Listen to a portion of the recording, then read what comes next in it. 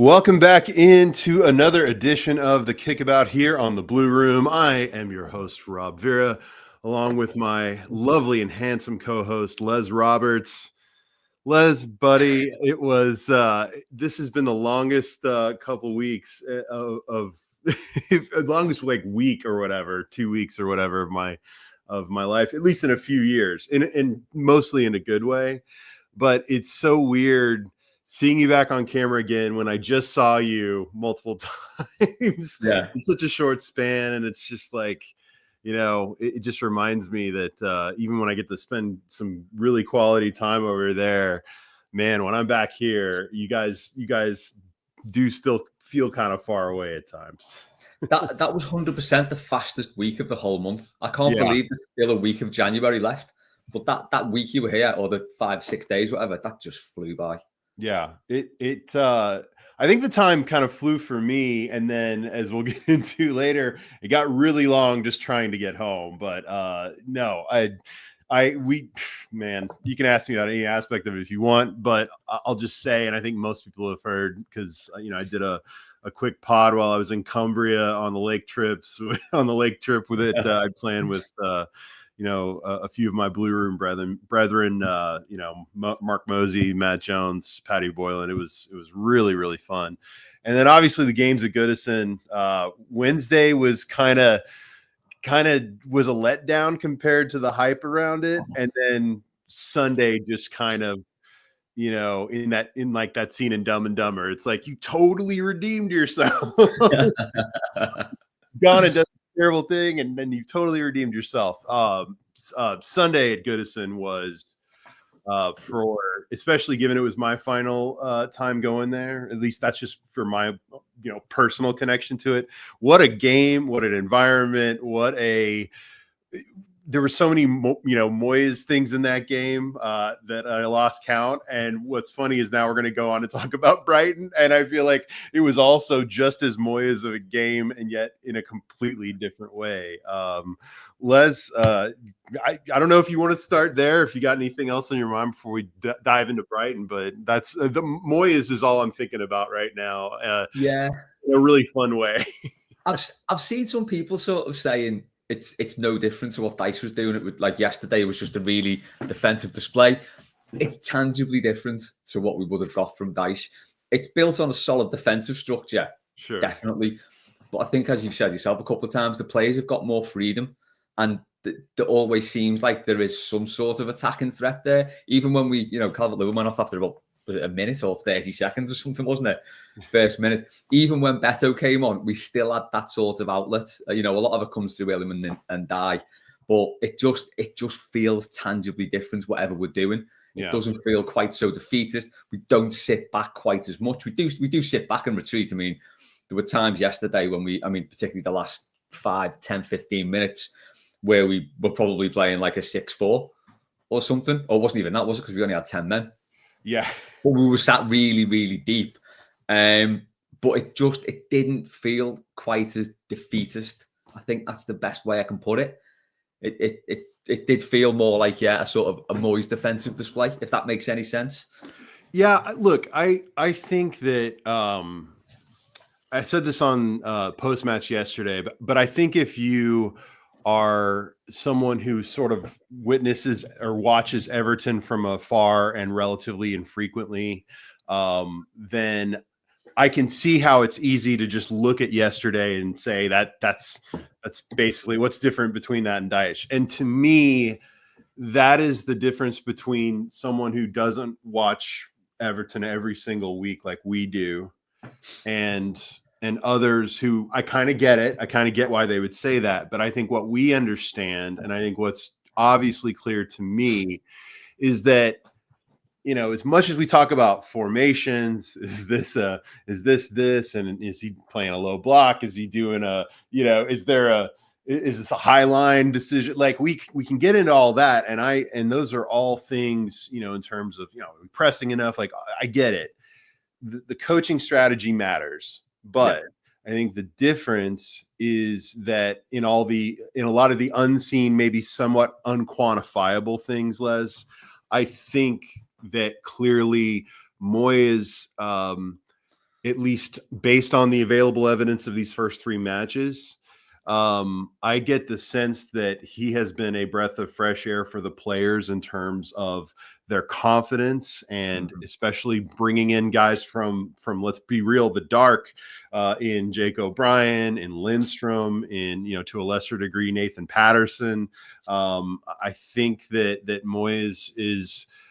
I think when you change the kind of mood and you kind of change the feeling of what it's like to go out and play, and we talked about this, that Sean Dyche is very dogmatic about his system, whereas I think Moyes is dogmatic about, yes, principles, but not being so rigid that I want to stamp the footballing ability out of you, right? Yeah. Because don't get me wrong, we all were here for the first Moyes regime, and there were plenty of ugly games for sure, but we also had quite a few games with goals and flair, and he always had an eye for talent in places that was often missed, and I think a lot of those things I'm beginning to sort of remember about him, while trying not to forget what things were like the very first time. But I think the difference now is so night and day. I mean, you have a manager that has come back much older, and I certainly think at least a little bit wiser. I think his temperament's more chill. Yeah. I think that all of that combined with the validation of recovering from something that would have just ended careers, like how the things went really bad at United. He goes off to Spain, it's not so great there. Sunderland, like things. There's just a lot of times he could have given up and just gone full-time TV analyst or whatever. Yeah. And going to West Ham and surviving like 2 stints there, weird stints, but also winning that trophy, I think was the ultimate validation for him, on some level that I think matters to him, and I think has made him a little more confident in who he is and what have you. I don't know. So all that said, I know I've just given a big long Moyes rant there, Les, but I think that energy being brought in, and really kind of trying to reinstill confidence in players and in their particular sets of skills, but within a framework and a structure that can be effective still defensively, like building on what Dyche built and those kinds of things. Like that's the difference. And to me, I understand you can look at the scoreline and say each team had 1 shot on target, which will, like Brighton likes to talk like they just vastly outplayed us. It was probably 60-40, but hey, sometimes a 40% chance can be pretty good. You know what I mean? And so I just think that our players seem to, they seem to have a renewed sense of purpose. I think the energy has been better, the effort's been better, and I think that you can see it all over their faces. Footballers aren't great liars; they really aren't with their faces. I think that there's something different, and to me, I can't quantify the reasons, but I attribute the success of these last 2 matches in particular to those little bit of margins of improvement that Moyes has brought. Yeah, I think so, and I think, like you say, you can see it on the players' faces at the end. It wasn't just relief, it was elation at that result. Everyone was, I mean, I know you're going to be happy with a win, but everyone was so happy. It was lovely seeing all the players run over to Idrissa Gana Gueye, because he just had an immaculate game there. What a game. That may have been incredible. That's like a top 5. I mean, given the context, the situation, everything, that's probably a top 5 Ghana performance. And he's had some really, really nice ones. I feel like he's entered Gareth Barry territory in terms of our elation and kind of connection to him. And really, he's been at Everton longer than Barry ever was. But I feel like he's getting to that level of, or hopefully he's gotten to that level of respect. He's certainly changed my mind. I didn't really love the idea of bringing him back, but where would we be without him this season? Yeah, exactly. And, he's formed that nice partnership with Mangala. Hopefully, I've not heard anything about his injury, but hopefully he'll be back for next week. But yeah, I think it's Moyes has instilled a little bit of belief in them. I kind of think if we go back to whenever it was when Moyes left, 2012, something like that, 10 years or so, it was sort of that team, although very good, it felt like it needed a little bit of a sprinkling of magic, a little bit of someone to let the players loose a bit. Now, Roberto Martinez came in and did that in the first season. Obviously, we know how it panned out in the end, but I feel like we're a little bit back there now, and weirdly, Moyes is the one who's letting the players loose a little bit more.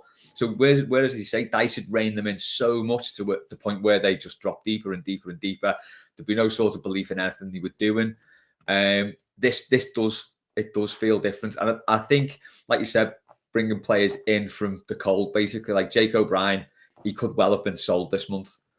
Had the manager, had Sean Dyche still been there. I want to talk about Jake O'Brien and the crime of what Dyche did to him. Not utilizing him all season. It's insane. But go ahead. Sorry. It is strange. I mean, I've seen people drawing comparisons with Lescott, which, it's natural that people do that. You always look back to, like, what's this player like? Who's he like? But the idea of using a center half, but working him into the team on the right hand side that. I mean, basically your two centre backs, you're probably not going to displace either of them at any point. No.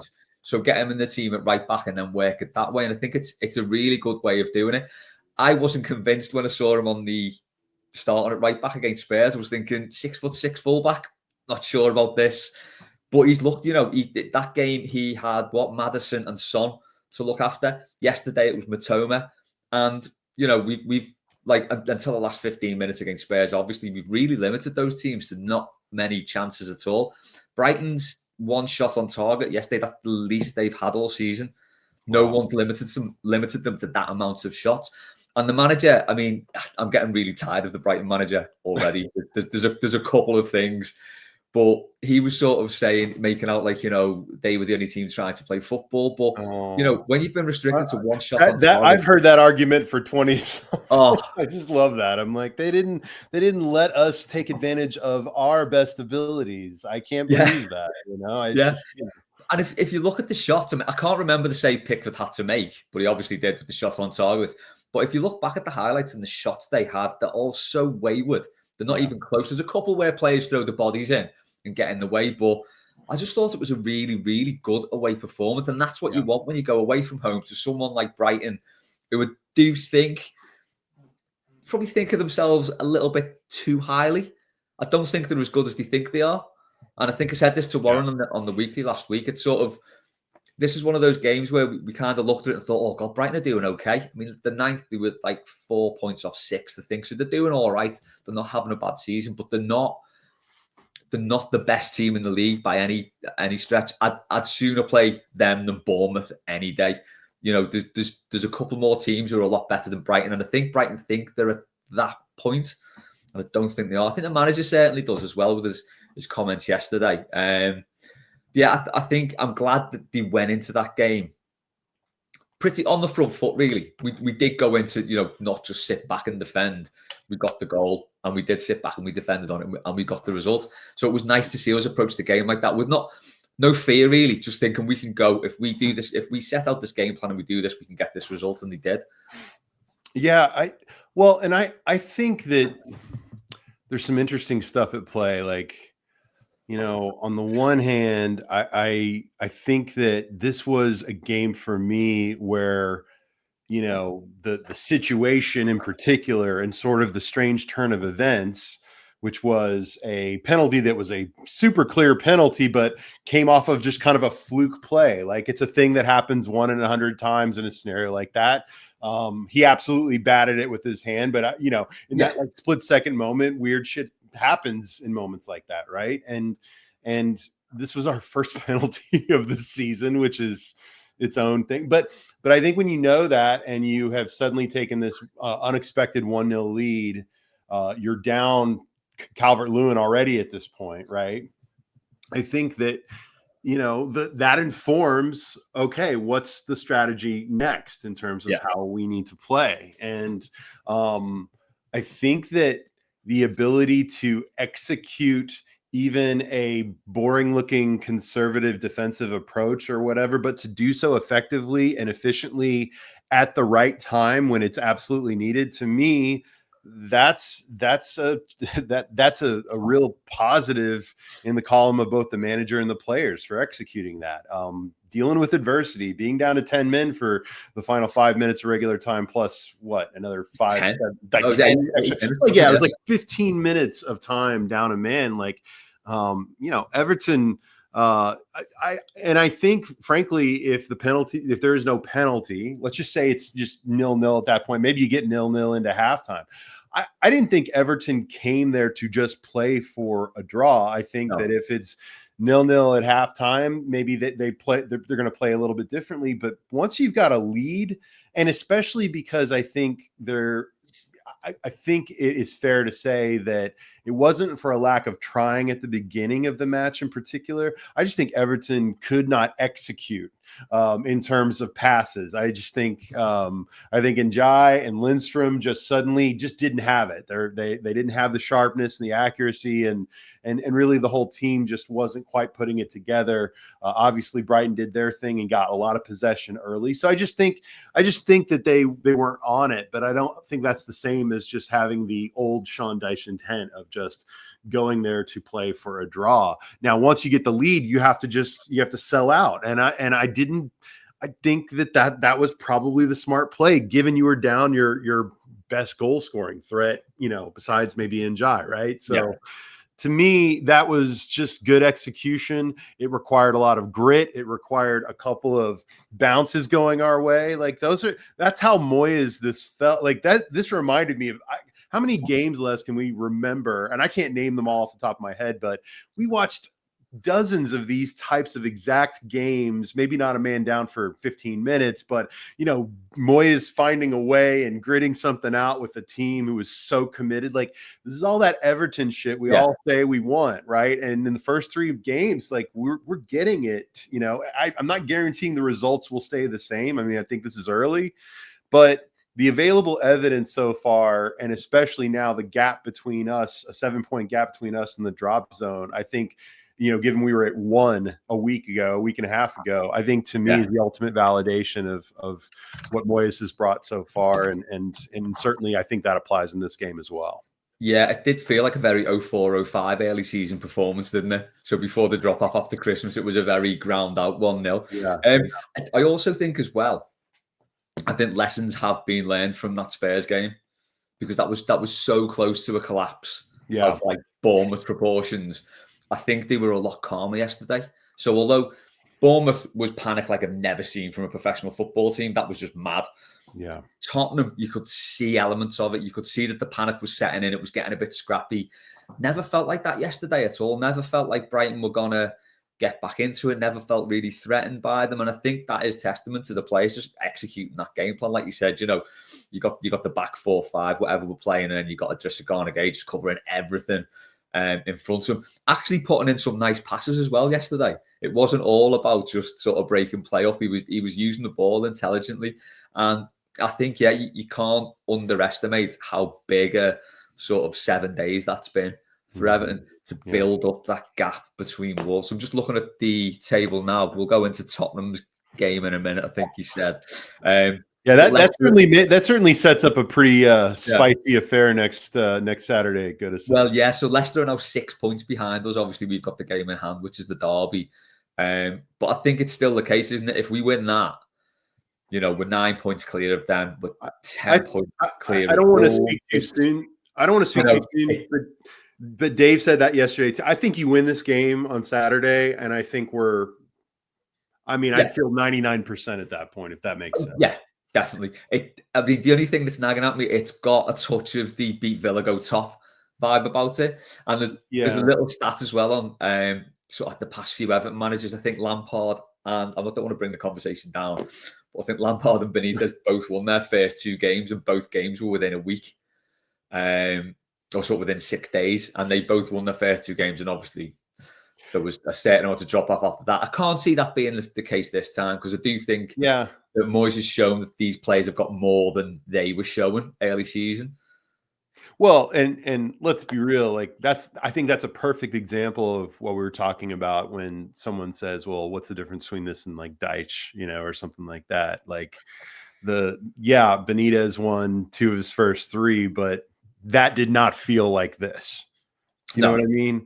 And yes, I understand this in this sentence is referencing some things that are, like I said, unquantifiable. There's a bit of nostalgia in there. Yes, I'm slightly in the bag for Moyes. Yes, I appreciate him now in ways that I clearly didn't value as much as I should have before.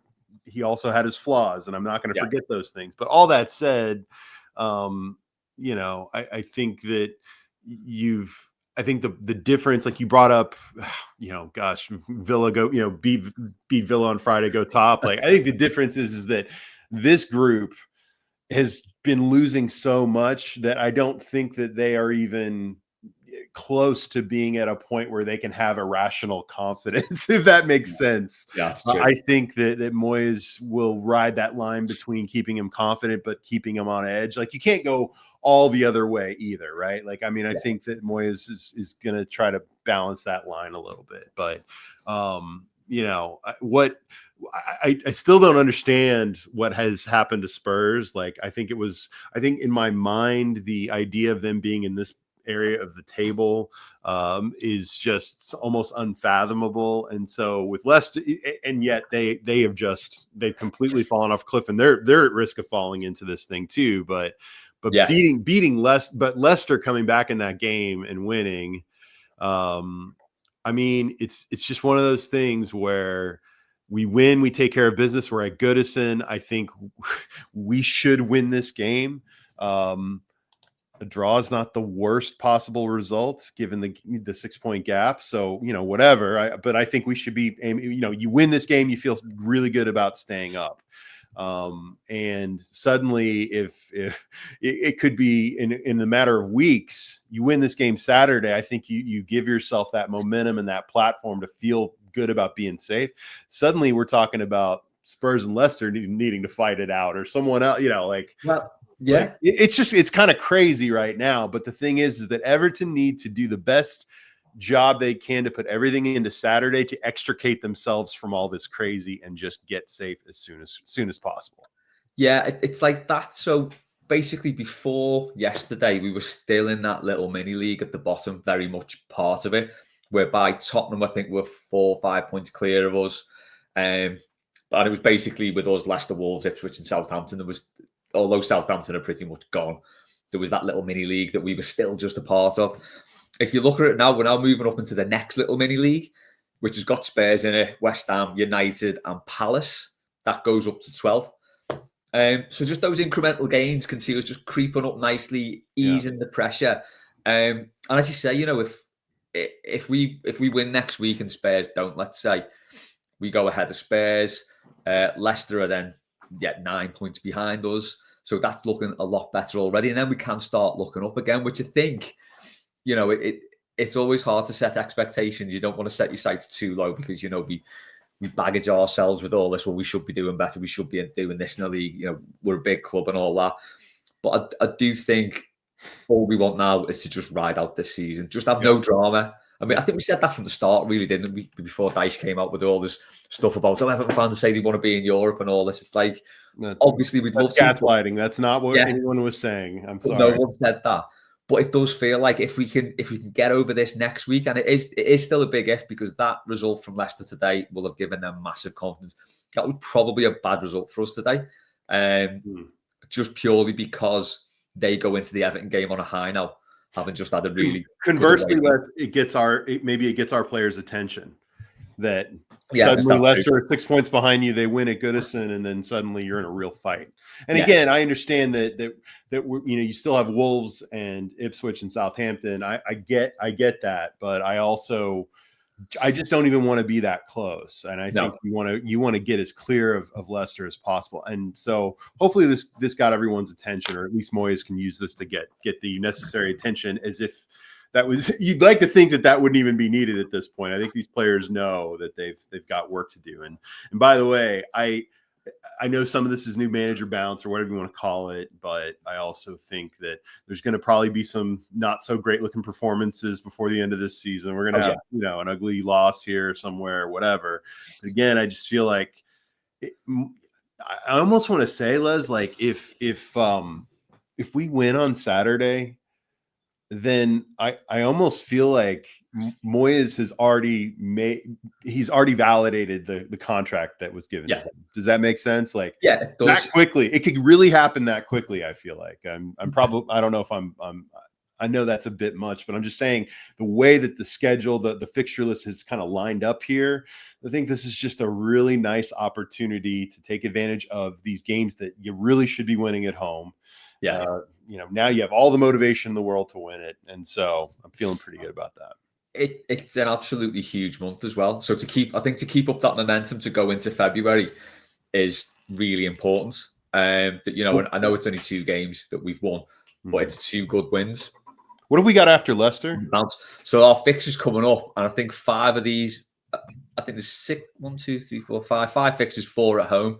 Oh no, yeah, in February. Sorry. So we start off Leicester next week. Then it's Bournemouth in the cup.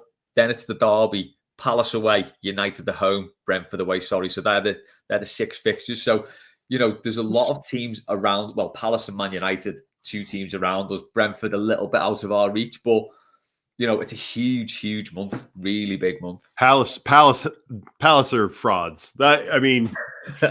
Maybe that's a strong word, but they can be had. Let me put it that way. Oh yeah, I think got a pretty good record down there too. Yeah. We for surprisingly decent record, but there's United at home, Les. That's huge. Or it doesn't have to be huge given what happens next Saturday again. I don't mean huge in the terms of sort of for our season and our standing in the season, but I think in terms of where United are, we could potentially go ahead of them at this point. They battered us at Old Trafford, so we kind of feel like we owe them for that. So I'm really, really looking forward to that one. It's a huge game. I mean, they're beatable at Goodison, surely. Oh God, yeah. They kind of stink, and again, I know we kind of stink too. I'm not lost sight of that, but that's the kind of game. Like, look, as much as we've lamented, and rightly so, how kind of lackluster this last season at Goodison has felt. What's going to define it, I think, is this final closing stretch here, because there's some really interesting opportunities for Goodison to go out in, to create some pretty cool memories. Am I right? Like United at home. I think in a weird way, this Leicester game kind of we'll kind of maybe feel a little bit this way if it ends up being key to our staying up.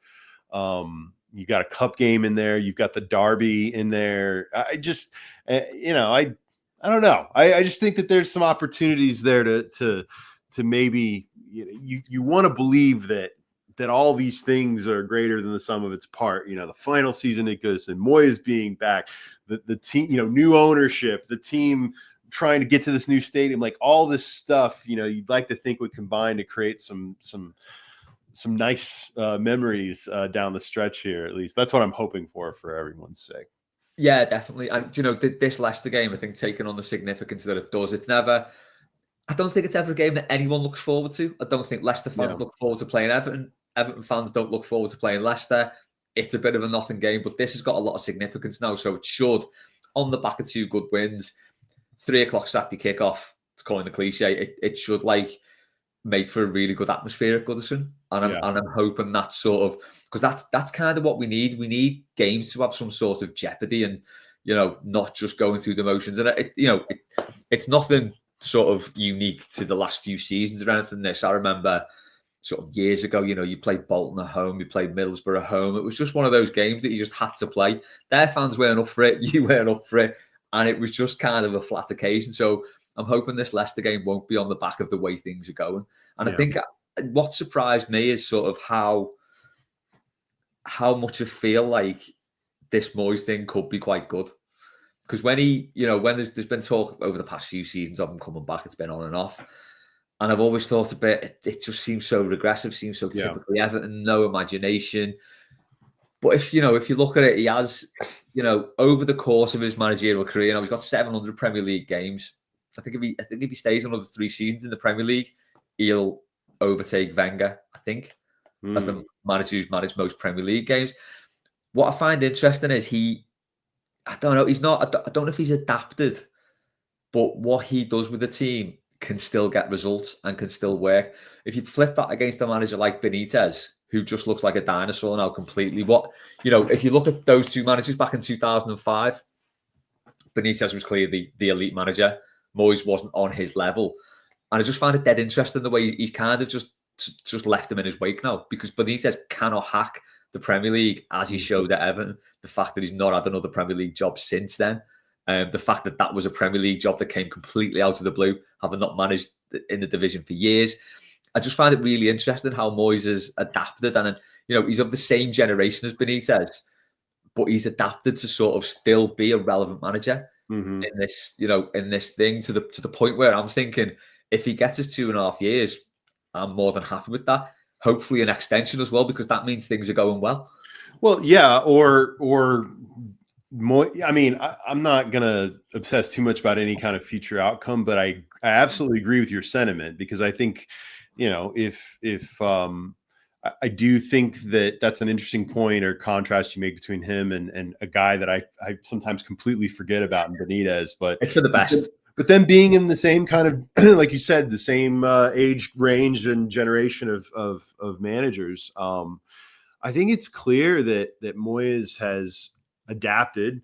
I think you don't get the success that and again, I know it's all relative, and maybe they wanted more and whatever, but he achieved genuine success at a level that in some ways, even exceeded some of his highs at Everton. I mean, in terms of, getting that trophy won. And so he clearly has adapted. And I don't know, unless I do want to leverage your tactical brain here a little bit when we go on to talk. I just want to talk really quickly about the defense, just kind of generally what you've seen so far, and explain it to a football dummy like me. But I will say that where I think Moyes feels different, in a way, is that it seems like he has gotten better at kind of, I think I referred to it the other day as like Carlo light, like not being so dogmatic about the system, but still having certain principles, and strategies that you deploy or whatever, but really a manager who is getting better with age at allowing his best players, or his players with certain talents and skills, to have enough freedom to express that, or enough freedom to try to make that work while still being pretty responsible defensively, right? Yeah. Versus you are going to only be this, you will fit in this, round hole, this square peg and round, like, I don't care if you're a square peg, you will become, circular for this. Like you will, it was so rigid that I just think it killed that. And anyway, I think we've gone over that, but I do think that's where, to your point, if Moyes can continue to bring that, I'm fine with whatever outcome happens in terms of him potentially staying longer. I will say that Moyes could actually be the bridge manager that I think Sean Dyche fancied himself to be. Yeah, in terms of David Moyes could do this 2.5 years. There will be a statue of him at some point, or a stand named after him, or something, something like that. I mean, he will go out on a super relative high in terms of bringing us into the new stadium, making us, Everton again in some ways, if it can. Now, again, there's so much that can happen between now and then, but that's the idea, at least. And I think if he could just be that bridge, then that wouldn't be the worst outcome. But yeah, I'm totally fine with him getting the right now. I mean, 3 games, but I think that he is very aware of the situation, and aware of what the fans expect, and aware of how to solve problems. And I think that he's showing that. Yeah, I think it's always interesting what Dave says about him. So obviously Dave did a lot of work with him when he was at Radio City. You go to press conferences, and Dave mentioned it again yesterday on post-match, where he sort of said he doesn't feel like he'd feel quite so scared of going to face David Moyes now. He seems to have lost that intensity that he had. It won't be intensity to get results. If he needs to be intense, I imagine he still will be. But it feels like he maybe coming into this group of players being a bit more relaxed, bit more of an arm around the shoulder, making those little tweaks here and there like he has with the defence, because I do think that has been massive. I know we talked about Jake O'Brien coming in at right back before. I think the fact that allows you to have 5 at the back if you need it, because he brought Patterson on, didn't he, as a sort of auxiliary sort of wing back, maybe winger. I think that flexibility, especially sort of, we haven't got it on both sides, but I think that flexibility, that's a huge it's a tiny tweak, but it's a huge tactical shift because I think you see him getting the best out of Mykolenko again, who I'd written off again, not for the first time, but he looks pretty solid. He looks like he's actually willing to get forward now, go down the outside, which he's very, very rarely done. Even when he had his best season with us, I think last season, was it? He was still very much a player who had no confidence going forward. Every time he got the ball, he cut inside, which is really odd for a left-footed player to do, playing on the left-hand side. So I think that little tweak has given the players enough confidence to sort of know that if they go forward, a player like Mykolenko, if he goes forward, there'll be the cover there. So he doesn't necessarily have to worry too much. Because you look, I think it was the goal at Man United, wasn't it? I think at the start of the second half where he got caught up the field, they broke and scored. And it was kind of on him because his patch was left completely exposed. So I think there's that little tweak has given the players more confidence in their attacking intent and things like that. But I think he's maybe coming and, we don't know this, but it's one of those intangibles that he could just be saying to the players, you're a lot better than you think you are. You can do stuff. Because I've seen these players in the last two games do stuff they've not done all season. I think the Bournemouth game at home, I think that was probably weirdly our best display of the season, possibly still, because Bournemouth are a really, really good team and we played them off the park for 85 minutes. Now, the collapse at the end was unforgivable, but I don't think the players have been able to do anything like that since, because there's been that fear. Don't think that's there now. Even after Spurs last week, I don't think it's there, because it would have been so easy to flap that game yesterday. Although we were keeping Brighton at arm's length, it doesn't take much for one attack to sort of just get through. Keeper has to make a save, goes out for a corner, suddenly everyone's on the back foot. And there was none of that. And I think that's got to come from the manager's outlook and what he said to this group of players and how he's treating them. So that's all great to see. And I've got to say, it really has surprised me, because I didn't think we'd be much different. I mean, it should be game. I think when you have a scenario like I mean, I was at the Spurs game. I mean, the Richarlison goal, fair play. I mean, just a really good goal, whatever. So quickly, Rob, just on that. So when he scored that goal at Goodison and he went down injured and he took an age to get back to the halfway line, did you see his goal today? Yes. He literally ran into the post and got straight up and celebrated. Yeah. So it was like, it was so funny that last week it was just an excuse to not celebrate and take his time getting back. I don't know. I have so many thoughts. I love Richarlison just unequivocally, and I can't be objective about what, like I watched him I'll just say this. I watched him very closely at Goodison. I don't know why I found obviously I was trying to take everything in, because it was my last time. Yeah. But for whatever reason, I found myself, and I think a lot of others did this too, where found themselves kind of gravitating towards focusing on Richarlison taking it all in, because that was the one thing, I felt oddly connected to him in that moment, because he and I were both experiencing our final games at Goodison.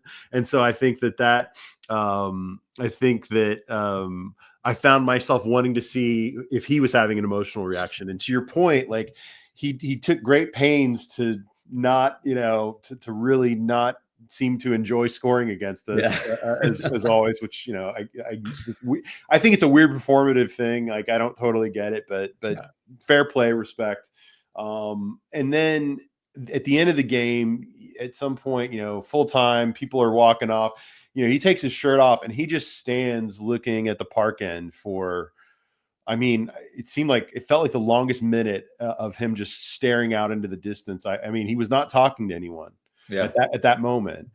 He was just really taking it in. I think it was emotional. And you saw all his Instagram posts after that. I mean, he was not remotely worried about pissing off his own fans with all of the love he was, like taking his shirt. I know he gave it to it looked like he may have even given it to an Everton fan at the end of the game. I couldn't tell who got that, but I mean, he just, he loves us, and that's I do miss him sometimes. Okay, I want to ask you really quick, Les, to kind of wrap up the Everton, the hardcore Everton conversation we've had. Man, Les, Matt would be proud of how hardcore this Everton conversation is.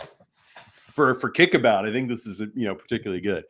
we're going to end it hardcore here, because with Les, one thing that I do not like, the ethos of the Kickabout, because I've been kind of the consistent host of the, few iterations of this that there have been, is that I am a self-acknowledged football dummy.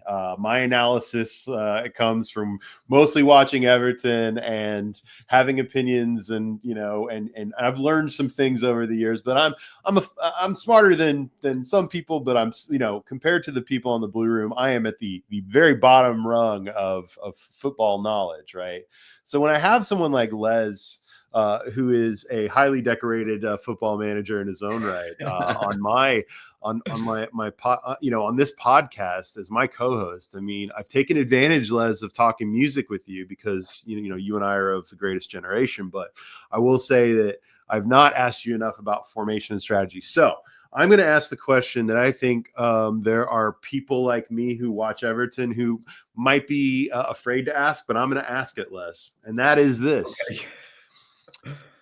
To me, I'll posit it with this. To me, one of the biggest tactical changes for the better that Moyes has made, and especially in terms of like not only tactical but personnel wise, has been completely reinventing the right-hand side and adding Jake O'Brien in. And then obviously you have Lindstrom coming in and playing a more prominent regular role, which I think he will probably, I think he's on track to keep for a bit. But to me, that's been the biggest change.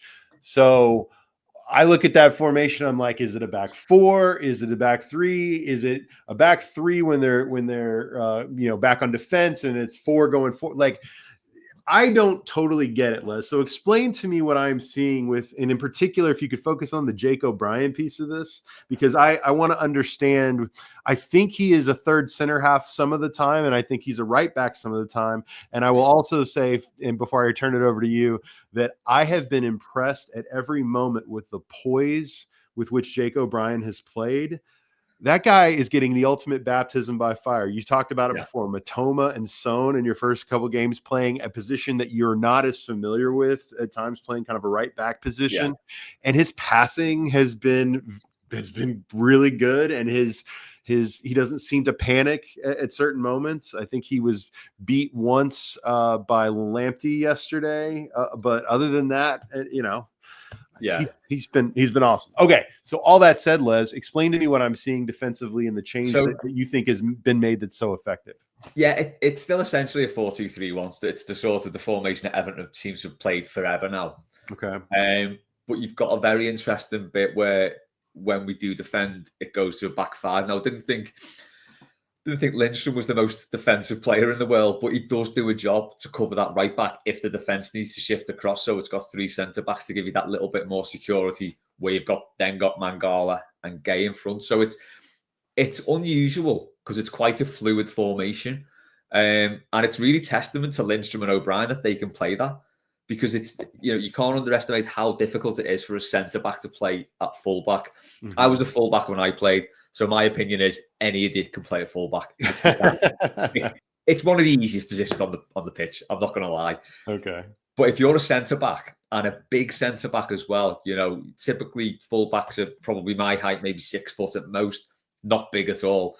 So to go from centre back, which is very much ball's going to come straight at you more often than not. Players are going to run straight at you. You just got to stand them up, turn them left or right. When you're out wide, it's so unnatural to move from a central position to play out wide. It's really quite difficult to do. So the fact that he's just adapted to do that, I spoke about Lescott before. Lescott was an exceptional defender. So, there was no doubt that he could play left back. He probably could have played anywhere across the back four because he was exceptional. I didn't think Jake O'Brien would have that in him. Like I said before, when I saw him starting right back at Spurs, I was a bit sceptical. But he did the job there, and he did it well. And as you say, he doesn't look out of place. But a lot of that is the trust that I think he knows he can move across. He's got Tarkovsky next to him there. Someone will drop into the fullback there. It might not always be Lindstrom. It could be Gay.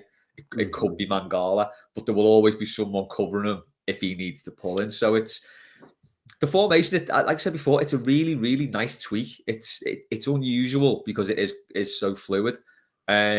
It'd be nice if we could get that on the other side as well, which when if and when McNeil comes back, because I'm worried he could be out for the season now if he's got I think he's surgery.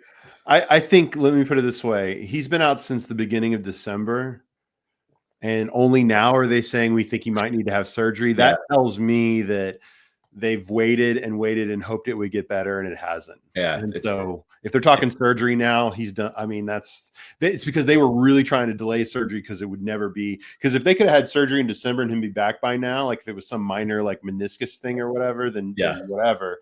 But if it's like an ace, like I fear that it's like a partially torn ACL or something where you hope you can recover it, but yeah, I don't know. It's something clearly that is keeping him out. But so, but to your point, well, what you just said though about like, if you could bring a McNeil back in, to kind of make that system fluidity work on the left-hand side.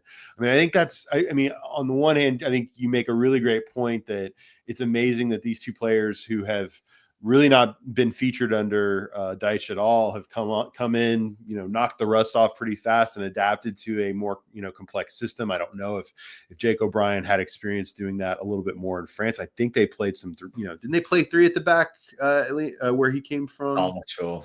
I can't remember. Anyway, so, but the bottom line being that part's impressive. But when you bring up like, hey, wouldn't McNeil fit in nicely if we tried to do that more on the left-hand side as well? That just reminds me that for all of this relatively positive Everton talk we've been doing, like they really got to do some things in the window here in the last few days because especially with the injuries now to Calvert-Lewin and Mangala, and then you add McNeil on top of that. That's a lot of quality in a squad that cannot afford to lose that kind of quality really, and not take some pains to try and replenish it. And there may have to be some unorthodox solutions. But anyway, I do want to circle back to one last thing on the defense, because I really liked what you said about kind of explaining that fluidity to me. Just the fact that I'm trying to wrap my brain around it, I'm just thinking that's got to be tough to come in against those kind of quality, that kind of quality opposition. Yeah. And then you have to kind of learn, work in this different position that is sometimes your old position and sometimes not in a non-traditional formation. It's a lot. And I think that's a testament to the intelligence also of O'Brien and Lindstrom to a degree as well. One thing about O'Brien, he's 6'6", and I think that there are attacking players that probably right now look at him and say, I can get past that guy. He can't have any pace, but I think he's got better pace. And he's talked about the fact that he's not just this archetypal. I think people look at me like I'm a 6'6" grok, basically. Yeah. It's not what he said exactly, but I'm sure he looks like that. But I think he covers ground like pretty incredibly for a guy that size. But I mean, that's, you got some really long limbs there, but two, I just think that he's got a bit more about him. He's had an opportunity, even in that cup game against Peterborough, to knock some rust off. It's how did he not play, Les? Like how did he not get minutes? It's criminal to invest that kind of money. We were all wondering, is O'Brien just shit, or is it that Kevin Thelwell, got this so wrong, or that Thelwell got this wrong and he's shit, or that Deitch is wrong for not playing him? And it's early, but the evidence would suggest that he was bought for a reason, maybe to eventually replace Branthwaite, whatever, but that this kind of player should have been playing. Again, Michael Keane, I'll give him credit. He was mostly not bad. He still had some Keane moments, but he was mostly not bad when he had that stretch of games where he started, but mostly not bad for a player who's going to be out of contract at the end of the season, that everything you need to know about. Him playing minutes made no sense. I will be screaming from the top of this mountain, Les, forever. When you spend money on a young asset, give those minutes to Jake O'Brien. Where is he? What is he? What kind of player is he right now if he gets those minutes earlier in the season? And also, you got to look at, Michael Keane was mostly not bad, but during the time that Michael Keane was in the squad, James Tarkowski was terrible. Yes. How good has Tarkowski been since Moyes has come in? That's been, to me, a bigger surprise than I kind of expected, is, that Tarkowski seems, because he was really he's struggled for most of the season. I mean, he really has. Yeah, and he sort of every game he'd have in him a really, really stupid tackle. sort of just some sort of hard man bullshit tackle. Yeah. And he's not done that the past few games. And it does seem like, so there is always the thing whereby, if you've got, it's usually with the goalkeeper, if you've got a dodgy goalkeeper that the defense don't trust, everyone's on edge. Yeah. I've got nothing against Michael Keane, but I think that's what he instills in the defense. I think he's, even when he's playing okay, everyone's thinking, oh shit, what's going to happen? What mistake is going to be in him today? And that sets everyone else on edge. I've no doubt that Tarkovsky's been playing with an injury for a lot of the first part of the season. Yeah. I think it's noticeable how much better he's been these last 2 games. Like, we caveat everything with, in this whole conversation, it is only 2 games. But from what we've seen beforehand, but it's a marked improvement, I think, on what we've seen. So, we've got to take the positives and be positive about it, because if we can't be positive now, when can we be? Yeah, no, we don't win enough to not enjoy winning 2 matches in a row. I mean, incredible. Les, I dare, 2 games is almost a win streak. It really has to be 3, I think, to be a win. You're in charge, mate. That's what that is. We haven't had the ability to talk about a winning streak. No. I don't know how long, so that's why I'm so invested in Saturday, Les, against Leicester. I'm like, 3, we could win 3 games in a row. We could get safe. It's a lot. Anyway. Yeah. No, Tarkovsky has been better. Branthwaite's been better. I just think that I think that the system that Dyche put all the onus on them to make 0 mistakes. The defense. Yeah. Because if they did, they knew that they weren't scoring. We talked about that Everton's complete inability to have a threat and be able to score, I think, emboldened the opposition. I said this to Matt. I think that emboldens the opposition, and they know that, hey, they just have to get 1 past you, and they put all their they just put it into that, just get 1. We'll be at Everton. That's easy, right? Yeah. And so I think that's a lot of pressure on the defense, and I think that grinds you down after a while, knowing that, man, if I make 1 mistake, we can't even get a draw a lot of the time out of this. I know we had draws, a lot of scoreless draws, but it really was we had to be kind of perfect defensively. Now, we're not some. I mean, let's get real. It's still, it's 4 goals in 3 games, which to me feels like an absolute avalanche of goal scoring. But it is markedly improved in terms of threat and in terms of overall threat. I mean, yesterday wasn't great in that regard, but in terms of just feeling like you've got a chance and that you can play a little bit more. We always think about these oppressive managers taking the thumb off the scale when they're taken out and replaced by someone, and we think, wow, that's going to make all these attacking players feel more free again. But I also think it makes the defensive players, I think it relieves them a little bit too. Yeah. Dyche has his brand and he has his version of success that he will leverage to get jobs for the rest of his career, and that's fine. But I do think that any manager, the voice can wear thin. No one wants to hear it anymore. You're tired of it. And I mean, let's be real, Les, as far as actual voices go, can you imagine having to hear that message of the most non-fun football you can possibly imagine hammered into you every day by that gravelly voice? That's a lot. And I think you get Moyes in with his just sweet, silky Scottish accent that just makes me want to pull up a chair next to him and buy him a drink. It just feels different to me. So I bet it probably feels, at least a little bit different to the players as well. Yeah, definitely. And you look at that. So you, as a defender, you will look at certain games and think, yeah, we're going to have our backs to the wall here. This is going to be a tough game. You don't want to be thinking that every single game you go into, because like you said, if we concede, we're fucked there. So it's it's massive for the defense not to have to think like that. Like you say, we're not suddenly some free scoring late 90s Newcastle style team. Yeah. But we are just a little bit better in the areas where we needed to be to take that pressure off. The one thing I want to ask you, Rob, and this will be very pertinent to everyone. Yeah. How did it feel being in Goodison, knowing it's the last time?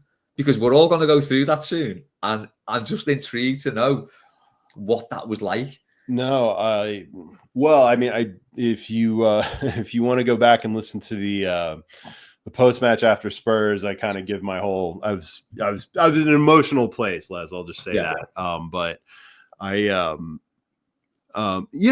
it was. It's never exactly like you think it's going to be. You okay. know, it's not all one thing.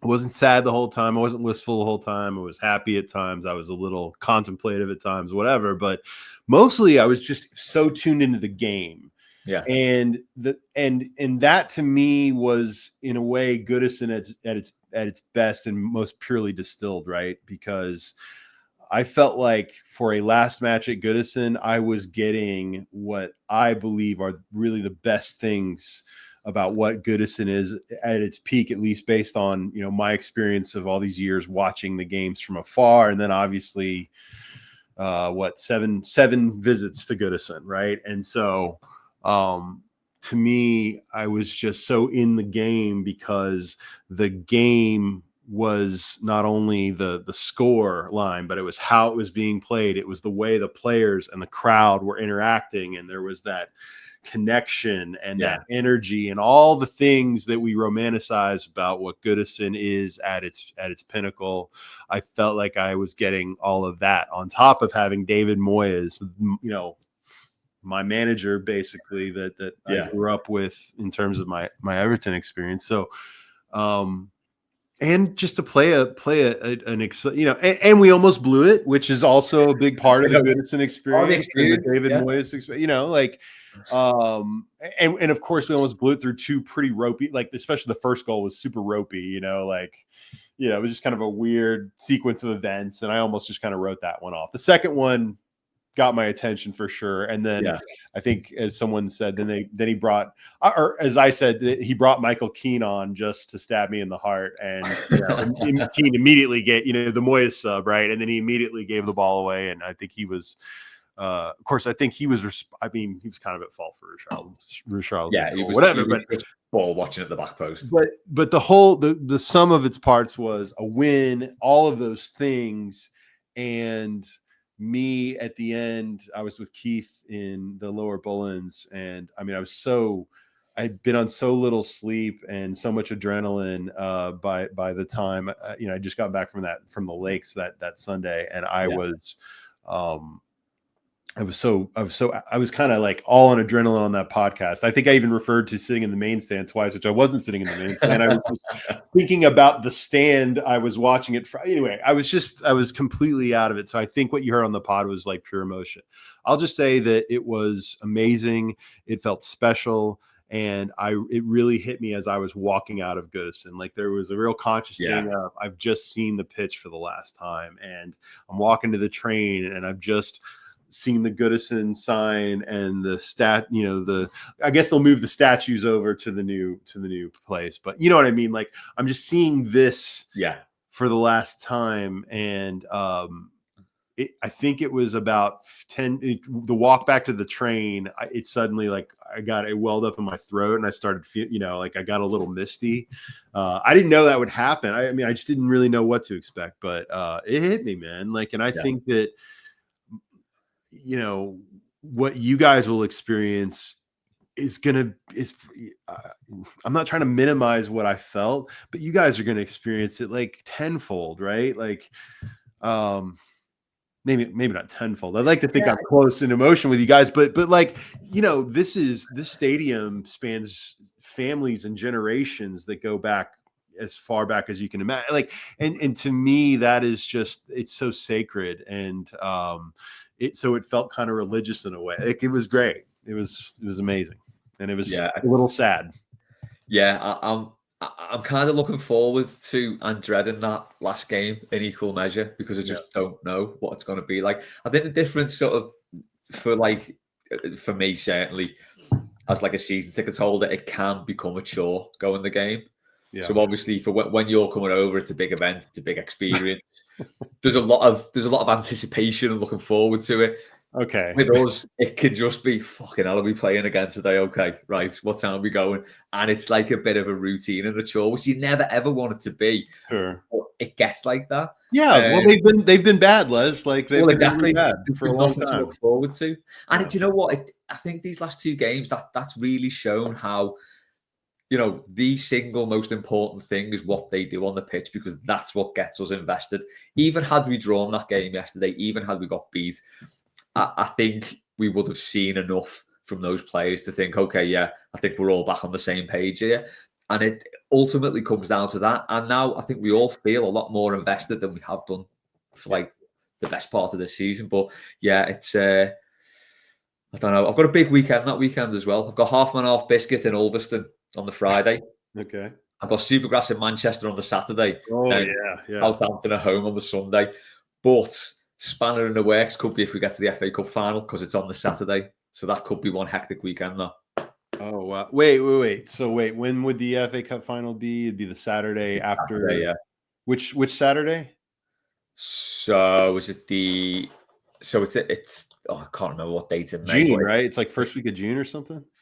No, it's the final week in May, I think. When do we play Southampton? I can't remember when our last game. Well, Whenever Southampton the is Southampton we got game is. Newcastle. We have Newcastle away the weekend It's after. the week before that. Oh, okay. Yeah. Huh. So that would create some scheduling interest. Yeah. That could be. Well, look at us, Les. We're already talking about our Cinderella run to the Cup final. I love it. I love how high on our own supply we are right now. Really quickly, Les, I do want to just quickly regale you with, and I will take 5 minutes on this, and then I want to talk some music. But getting home was an absolute planes, trains, and automobiles experience for me. The trip getting there was as smooth as can be. The trip itself was one of the very best visits I've ever had to Liverpool. I just absolutely love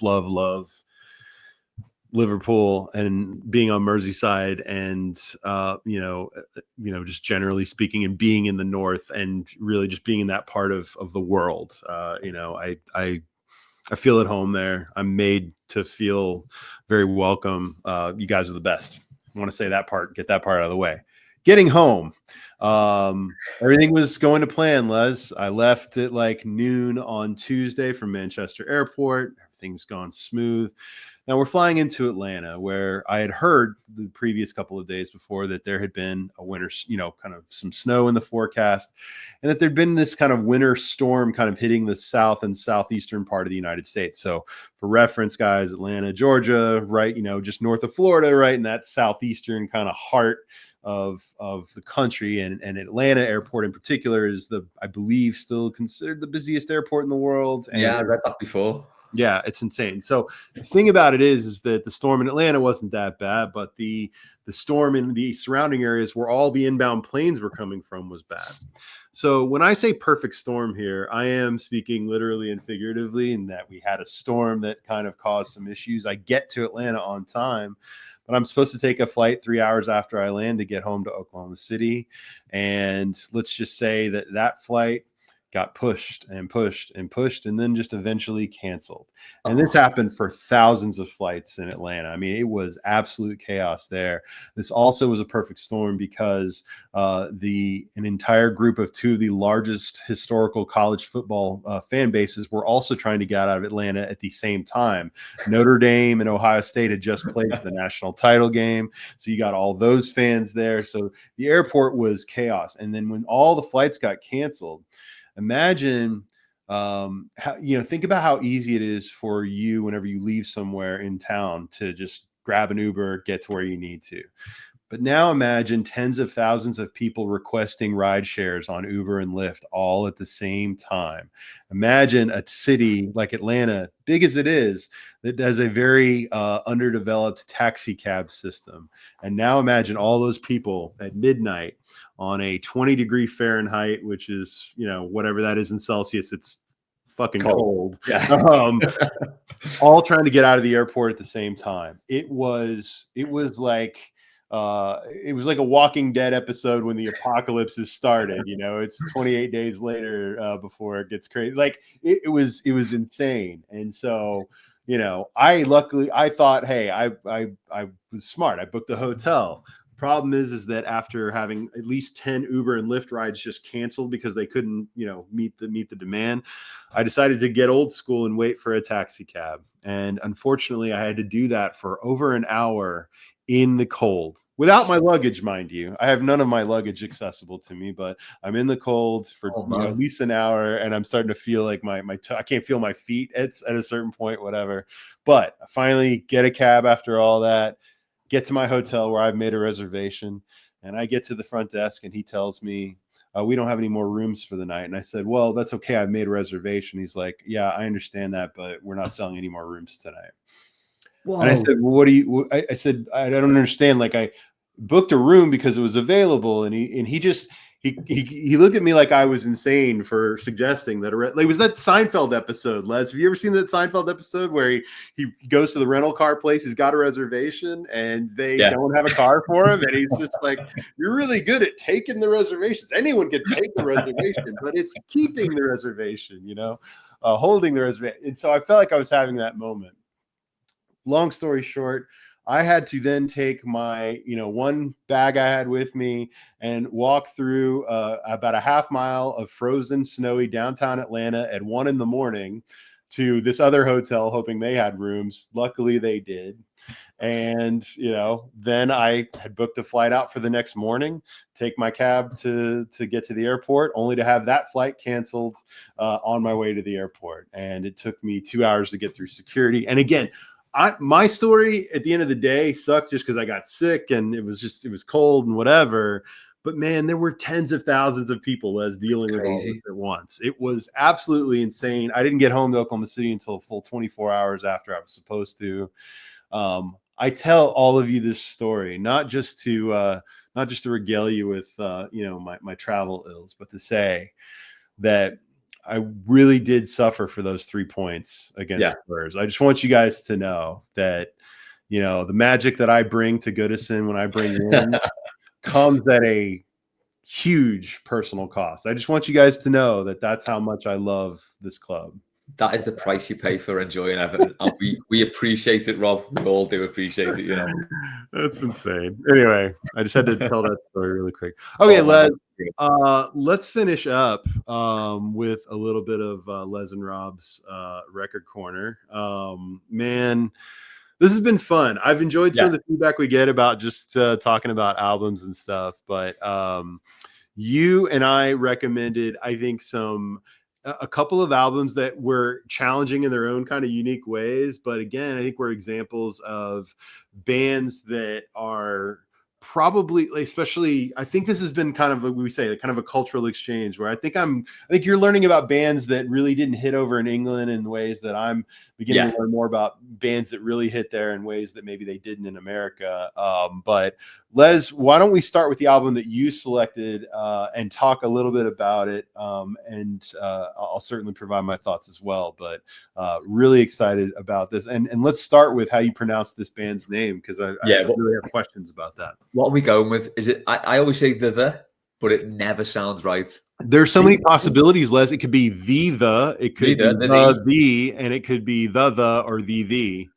I think I've got all the possibilities there. Yeah, I'm going to stick with the. I think they were the first impossible to Google band, but they came out in the early '80s, so they were way ahead of their time just in that regard alone. Oh god, yeah.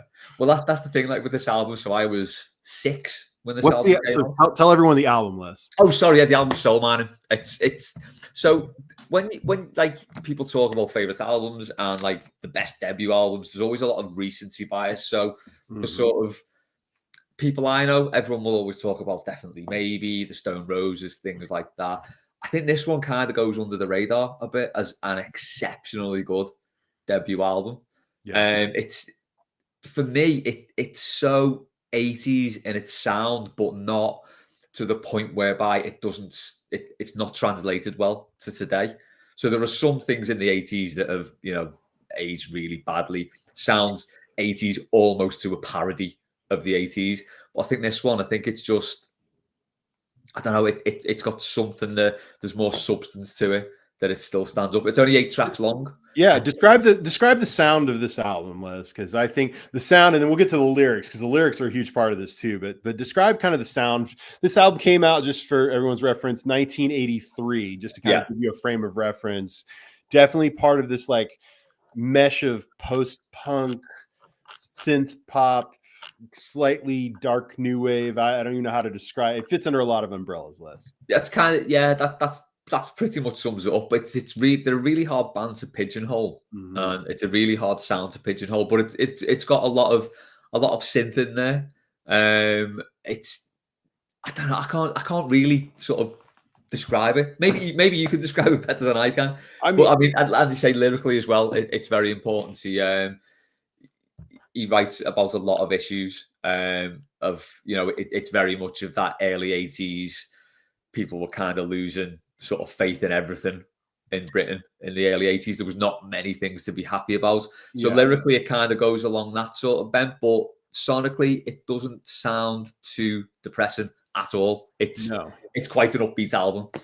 Yeah, that's. I think I sometimes refer to that as like even though this is a band that came after them, I guess, but they're contemporaries. Like that's that Smith's magic, right? Yeah. Of taking bleak content and making it sound, upbeat and poppy and guitar jangly and like whatever.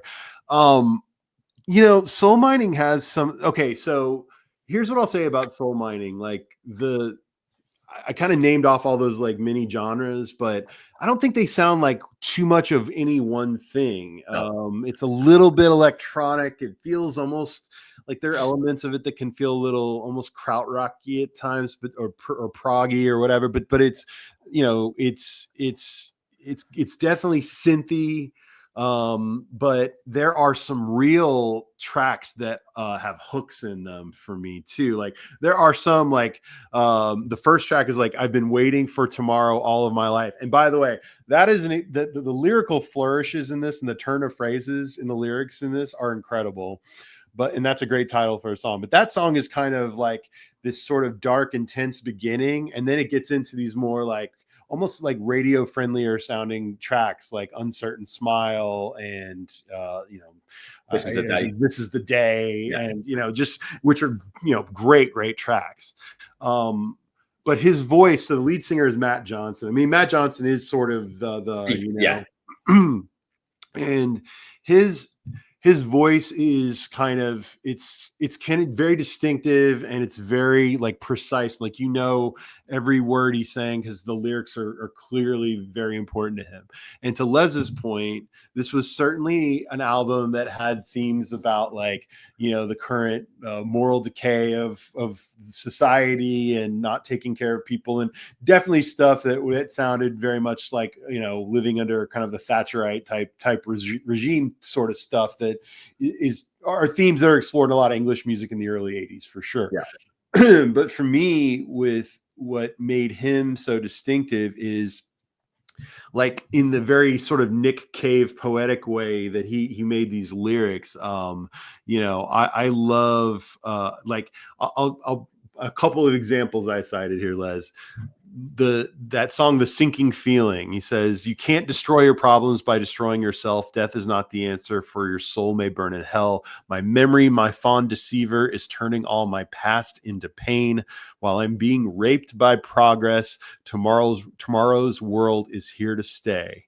They wouldn't have it any other way. Like it's so like, it's pretty dark. And it's very like it's never fails to be poetic either. Like I think that's the one of the things that stands out. Like I think on This Is the Day, was it This Is the Day? Yeah. You could have done anything if you'd wanted, and all your friends and family think that you're lucky, but the side of you they'll never see is when you're left alone with the memories that hold your life together like glue. Like, I mean, there's lots of examples of that. He's just got away with words and painting pictures with words. I love the opening to that. Well, you didn't wake up this morning because you didn't go to bed. You were watching the white of your eyes turn red. It's just like it's that next day regret after an all-nighter just encapsulated perfectly in 2 lines there.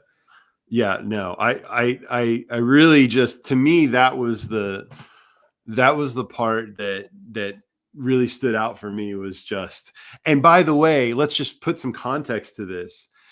This is their debut album. Yeah. One, which whatever, but this is a debut album written and vocalized and performed primarily by a 22-year-old Matt John. Why, man, like the late 70s and 80s in England must have been a pretty bleak time. I mean, I get a sense that it kind of was in It terms was of very the bleak. economy and pollution and all these things, but like, man, like you think between him and obviously you've got you've got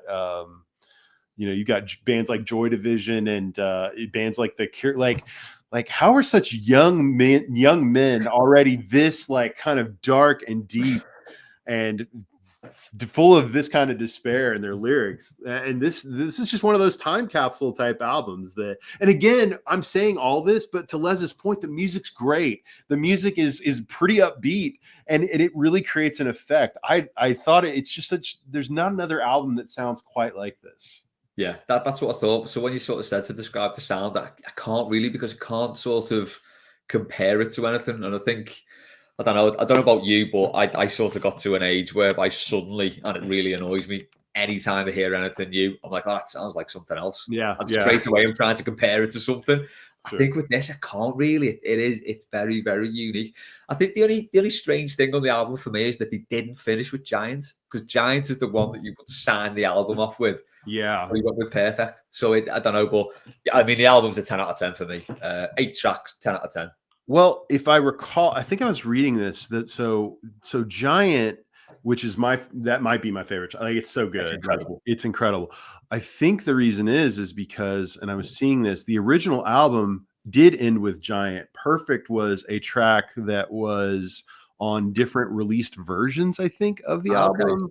I looked at this is me diving into my my Wikipedia knowledge here, but yeah, so Perfect, now we have it on streaming, but at the time it was the final track on the US, Canadian, and then the Australian and New Zealand releases. But in the UK, I think it ended with Giant, which they did a lot of that. Like I think if we go back, I think we've talked about this with the Strokes before, and the difference between Is This It?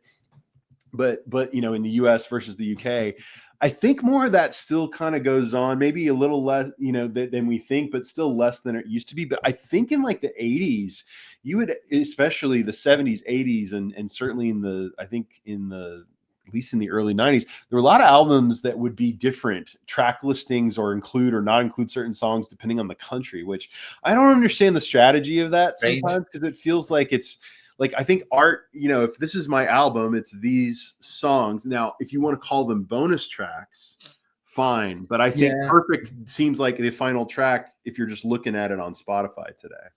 But that's the thing, isn't it? It's sort of, so you imagine like when an artist releases an album, they very deliberately pick that track list in order, and that's the order you should listen to it. Now with streaming, that kind of happens less and less, because people probably don't listen to albums in full as much, which is one thing actually I've loved about this, that I'm actually going back to albums and listening to them in their entirety in order, not mixing and matching with other songs from the same artist or other tracks, just listening to an album from start to finish.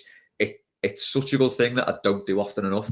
But to like mix it up for like different places, because surely it's like, that's the track list and that's how it should be listened to. That's how everyone should listen to it. So to mix it up, it's crazy. Yeah, man, that's such a good point. I would like to think the way in which, not only we've kind of asked each other to listen to albums all the way through, but, even when we're talking about this, like, I think you make a great point that a lot of times we don't realize the shuffle playlist algorithm impact on how we listen to music now versus how it was essentially intended to be listened to, especially albums from this period where the album was the artistic statement.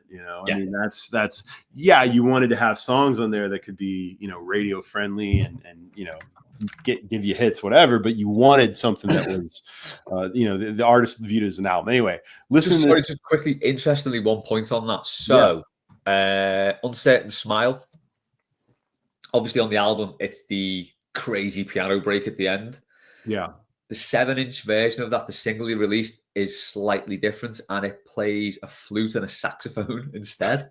Okay. It's a lovely version of the song. It's only slightly different, Yeah. but different enough to be sort of listened to in its own right. Interesting. I can't pick my favorites. Like trying to pick a favorite child, I can't pick my favorite version of this song.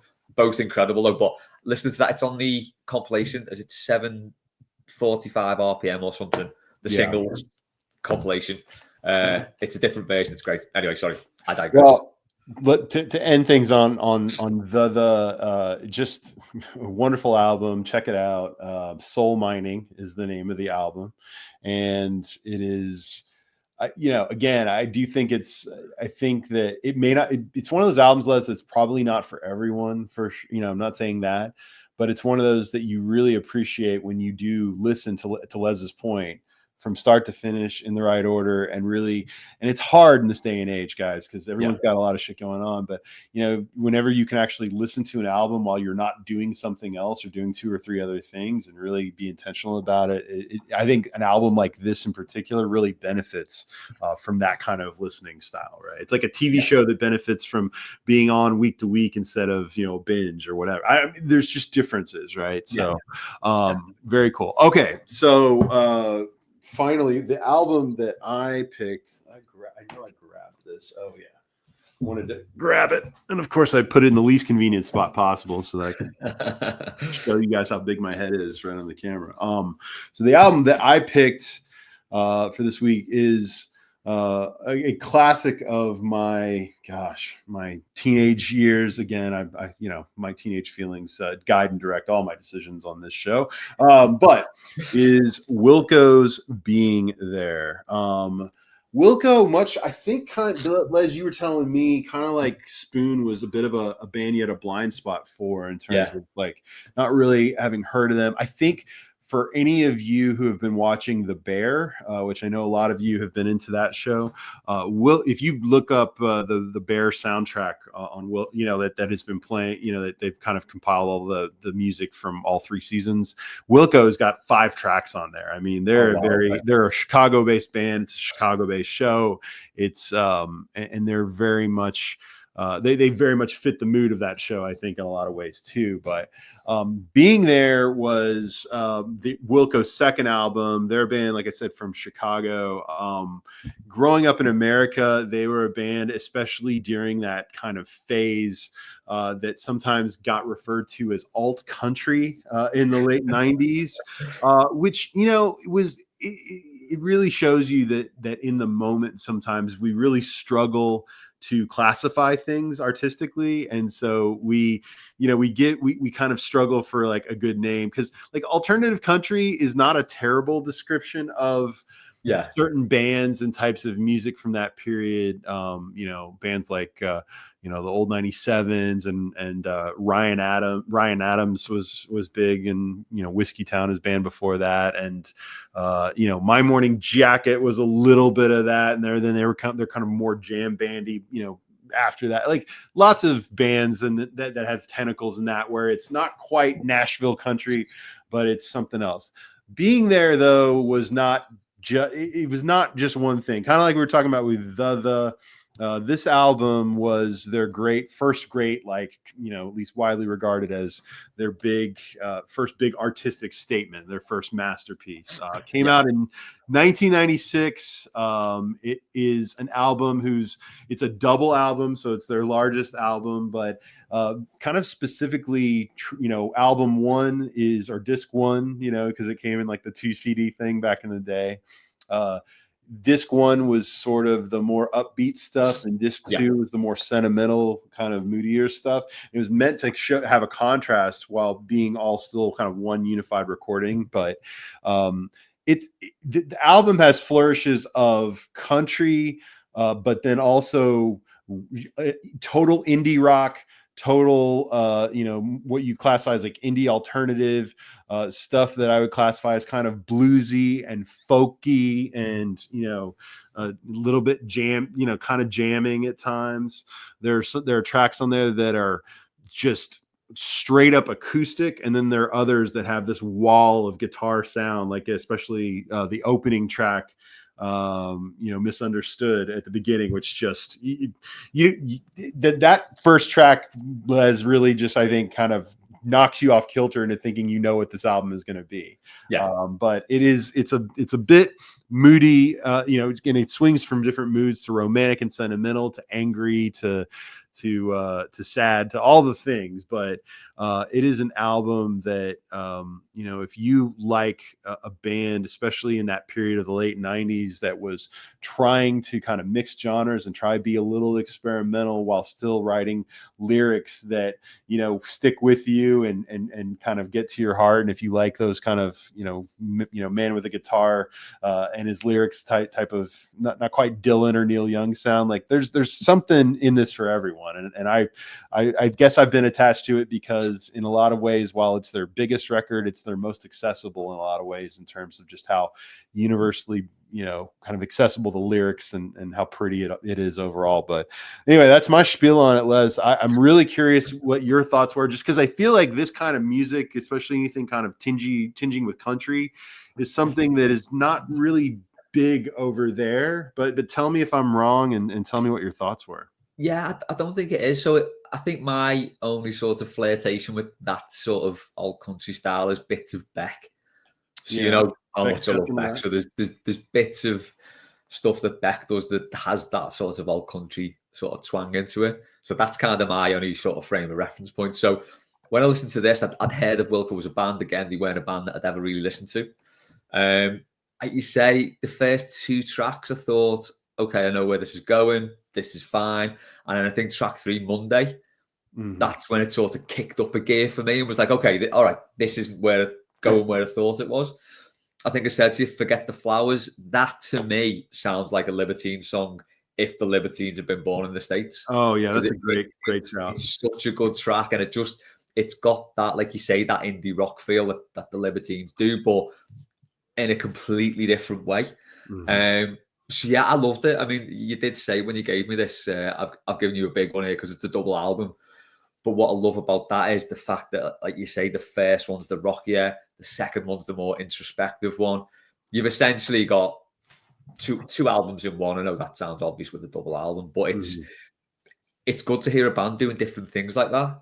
So a lot of bands will do that sort of cross albums. So I'll go back to Beck. You look at Odelay to Mutations to Midnight Vultures, 3 very, very different albums, but done over a course of quite a few years, probably 7-8 years.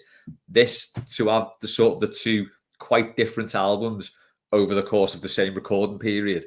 I guess Radiohead did it, didn't they, with Kid A and Amnesiac? They sounded very similar. These are quite different, and it really does take you on quite a ride. I always think when I sort of hear like that old country sound, it feels like the perfect soundtrack to a US road trip. I do think there's something to that. It'd be a lovely album to drive to. I also think the difference between the first and the second album, it could take you from a nice evening with friends into the early hours introspection. When you've got your glass of whiskey, you listen to the second album, everyone's a little bit more sort of relaxed and subdued and down. It does take you on a ride. I loved it. I really did love it. They have some, it's sort of like, and again, different types of music, but I think this is one of those albums for me where kind of the poetic nature of the lyrics of really trying to use words in a way that go beyond sometimes their literal meaning into just the texture of the words kind of make create a reaction. Like Beck has some of that, by the way. Yeah. Like he'll use stuff that'll sound nonsensical, but it's to kind of create a texture to the sound of the lyrics or whatever. But there's lyrics in here though that feel very, very classic that always just kind of get in my head. Like one of my favorite tracks on here is Sunken Treasure. The opener to the second disc of this album. And the final lines of that is, music is my savior. I was maimed by rock and roll. I was tamed by rock and roll. I got my name from rock and roll. And I just like, damn, that is baller to be able to write something like that. I was just wondering, like, you mentioned a couple of what were some of your tracks that really stood out for you on this particular album? So yes, there's the middle section of Disc 1. So goes from Monday, Out of Sight, Out of Mind, Forget the Flowers, Red Eyed and Blue. That little middle section really stood out to me.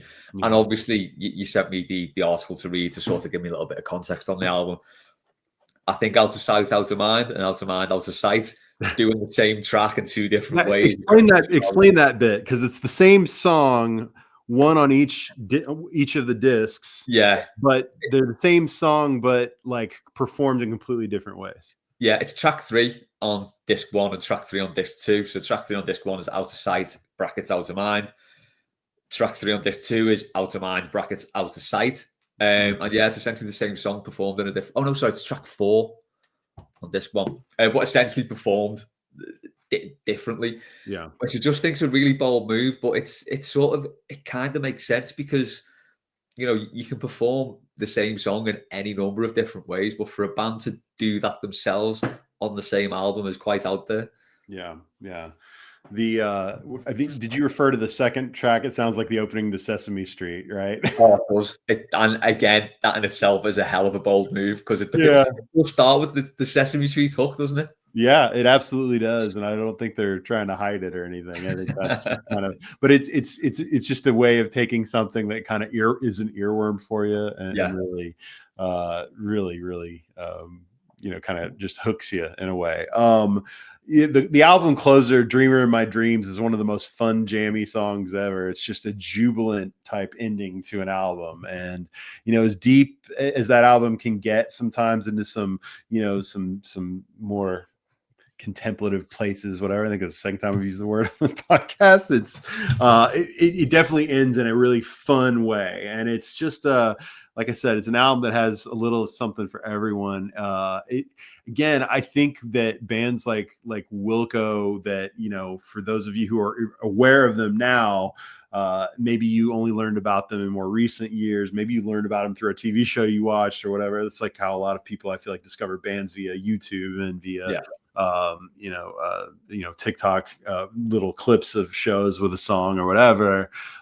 This is their young years, and this is when they really hit their stride artistically, and they are such the album that follows this is called Summer Teeth, which came out in '99. That's where a lot of the songs from The Bear come from, like Via Chicago and some of the others that you guys have heard. But and then you get into like Yankee Hotel Foxtrot. I mean, I'm sure, and this is not a comparison I really ever like to make, but I think sometimes they were branded or marketed a little in those times as kind of the American Radiohead, because they go from what you hear in Here and Being There, which is a little bit more of an earnest, acoustic kind of slightly more country, sort of phase. It's like how The Bends is a straight up just rock record by Radiohead, and then it begins to really pivot on the third album, and that's what you see with Wilco as well. So they do have some similar trajectories in that way, but I will say, if you guys are looking for a band that you could kind of go on a deep dive with in some interesting ways, I think Spoon was this way as well, but Wilco is definitely one of those. But no, Les, this is definitely one of those albums that brings the feelings back. I think more than is a feeling, it's a vibe or whatever. But no, glad you liked it. Any final thoughts on Wilco or anything else before we wrap up, Les? No, I will like with Spoon, I will be dipping into the back catalogue now. It's an education. I love it. It is an education. This has been fun. I had heard, when I had my old radio show, I played the on there before, but it was a track from a different album. I mean, I'm already blanking on which one I played, but it wasn't from Soul Mining.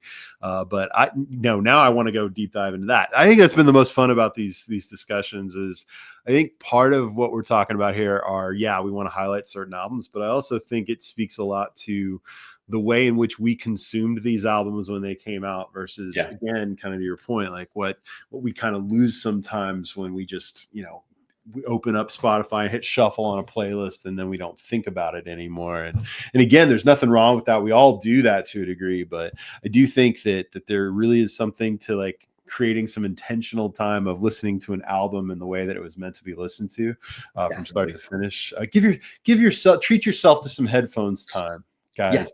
That's good for your mental health. It's good not just at the gym or anything like that. When you're sitting down to have tea, turn the telly off, put an album on, just get into a relaxed contemplative state where you're not thinking about anything else, and you can just have a drink, have a smoke, do whatever it is you need to do, but give yourself that time if you can. Well, Les, this has been awesome. Hey, that is a classic 90+ minute kickabout, but hardcore Everton discussion today. Lots of David Moyes talk. So I feel like we touched on all the things, So I think that was great. Les, before we go, tell us what we've got coming up this week on the Blue Room, because I know you're touching at least a handful of additional pods this week as well. Yeah, so I'll be doing Blue Monday tomorrow. I'll be back on there with Rog and Dave. And the byline on Tuesday, we'll have anything on Wednesday. There'll be a good times out this week. Mailbag, obviously. There'll be a preview for the Leicester game. All the usual caper. And we'll be back with this next month, I'd imagine. Yeah. No, I mean, we've kind of been, I think this like monthly thing has been pretty decent. I don't want to create like a rigid structure. I'm not Sean Deitch. I'd like to say that if we, if something happens and we just feel like talking more, a little sooner than that, we will. But yeah, I think the monthly thing's been pretty good. But yeah, no, Les, that's great. As always, Les is one of the hardest working men in all of podcasting. We appreciate the time this week. But yeah, lots of good stuff coming up on the Blue Room. As always, we will have the opportunity for you guys to listen to some of the music that we talked about today. I think we're just going to keep doing that. Let's just make make a quick playlist after every one of these episodes, and then we can share that out with you. As always, guys, we'd love to hear your feedback. Leave us comments here on the YouTube video or on Spotify or, on Twitter or Blue Sky or, wherever. I don't know, wherever you find us. Let us know any thoughts that you guys have. As always, we appreciate you guys tuning in. And with that, we will see you next time for more Kickabout. Take care.